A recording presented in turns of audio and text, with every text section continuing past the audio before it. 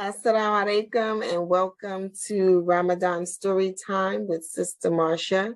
Today's story is Ramadan and the Qur'an, and this comes from the Qur'an Stories for Little Hearts series.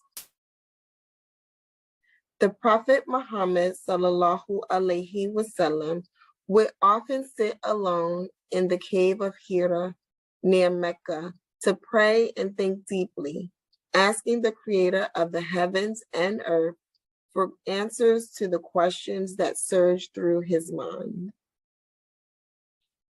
What is man's true role in life? What does the Lord require of us? From where does man come and where will he go after death? All alone, the prophet would remain deep in thought, surrounded by nature, seeking answers to all these profound questions. On one of the nights of Ramadan, as usual, the prophet was sitting all alone in the cave. Suddenly, the archangel, Gabriel, or Jibril, appeared before him in human form and taught him the very first verses of the Qur'an. The prophet felt that the verses had actually been written on his heart. In this manner, the Qur'an began to be revealed by Allah to the Prophet Muhammad through the angel. It took 23 long years to complete all the verses of the holy book. Being the true word of Allah in human language, the Qur'an is a book of learning for all mankind, which will last forever. It provides correct and understandable answers to all the central questions which arise in a mind which seeks answers. It serves as a guiding light, inspiring and leading the devout on the right path. The guidance given in the Qur'an is one of a kind and a great blessing to mankind from Allah, because it shows man the path to final success. It tells man how to behave so that in the life after death, he may enter paradise, which is the final goal. Fasting is the path to it. The month of Ramadan, therefore, is a yearly reminder of this blessing which has no equal. The celebration of the revelation of the Qur'an is not observed in the usual way, but is marked by not eating and drinking, and by showing gratitude to the Almighty by various forms of charity. Fasting in this month is like saying thank you for the divine blessing. This month is the very best one for reading and understanding the Qur'an. Special recitations of the Qur'an are held. It is also recited during the Taraweeh prayer.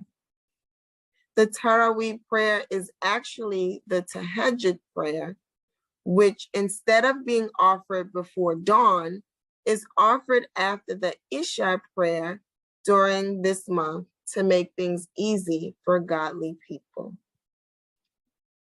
The Qur'an introduces the Creator and explains the bond between the Creator and his creations. A large part of the Qur'an deals with stories of the prophets such as Adam, Nuh or Noah, Ibrahim or Abraham, Yusuf or Joseph, Musa, which is also Moses, and Isa, Jesus, and many more, upon all of whom be peace.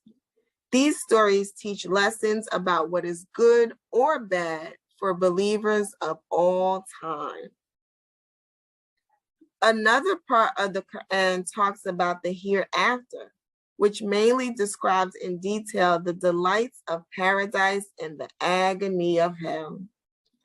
Historical events, faith and religion, religious commandments, divine promises, prayers, and matters of civil law are also dealt with.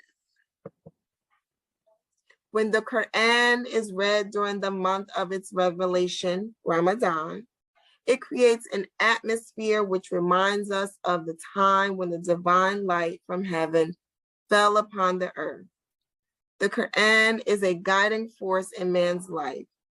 He earns his livelihood according to its rules. He bathes in the ocean of its life to cleanse his soul. The Qur'an is a reward to his servants from Allah, and fasting is like saying thank you for the reward.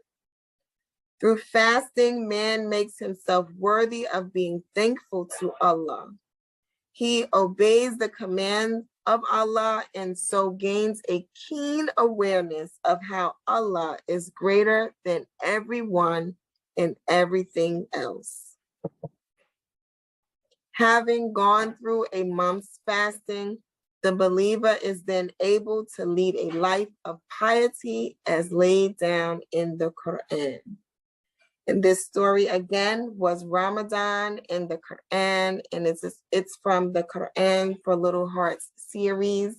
Thank you so much for joining me for this reading, and inshallah, or if God wills, I'll see you for the next reading. Ramadan Mubarak.